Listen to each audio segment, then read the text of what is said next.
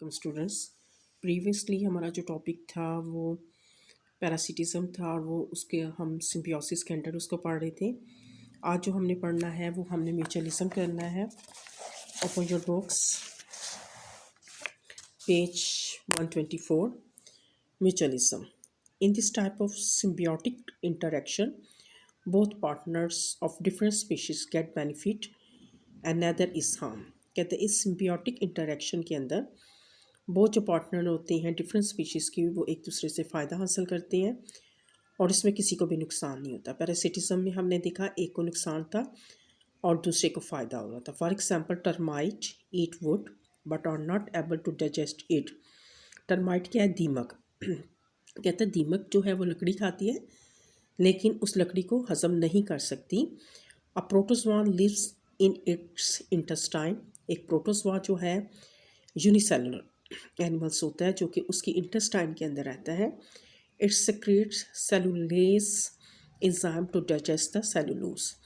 अब ये जो है प्रोटोजोआ जो है क्या करता है कि एक एंजाइम सेलुलोज एंजाइम जो है वो सक्रीट करता है ताकि वो उस लकड़ी को हज़म कर सके।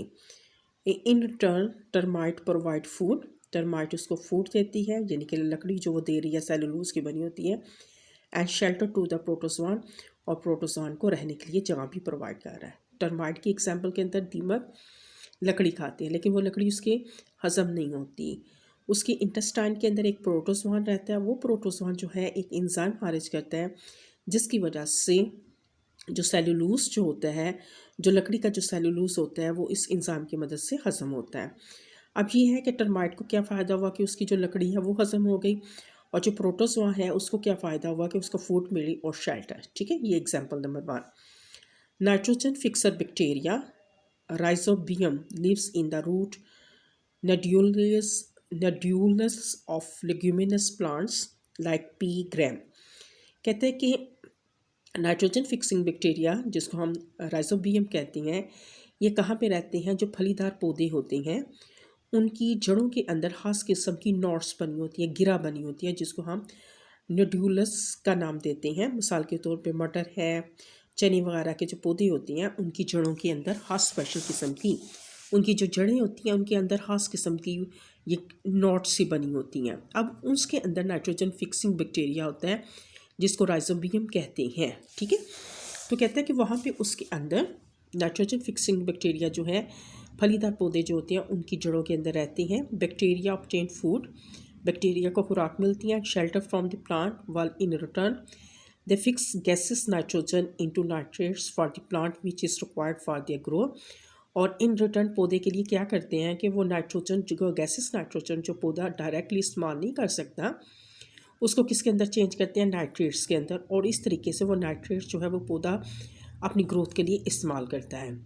एग्जाम्पल नंबर 2 में नाइट्रोजन फिक्सिंग बैक्टीरिया है। वो नाइट्रोजन फिक्सिंग बैक्टीरिया जो वो कहाँ पे रहते हैं जिसको हम राइजोबियम कहते हैं, वो कहाँ पे रहते हैं? फलीदार पौधे जो होते हैं उनकी जड़ों के अंदर खास किस्म की नॉट्स बनी होती हैं जिसको न्यूडोलस कहते हैं, उसके अंदर रहती हैं।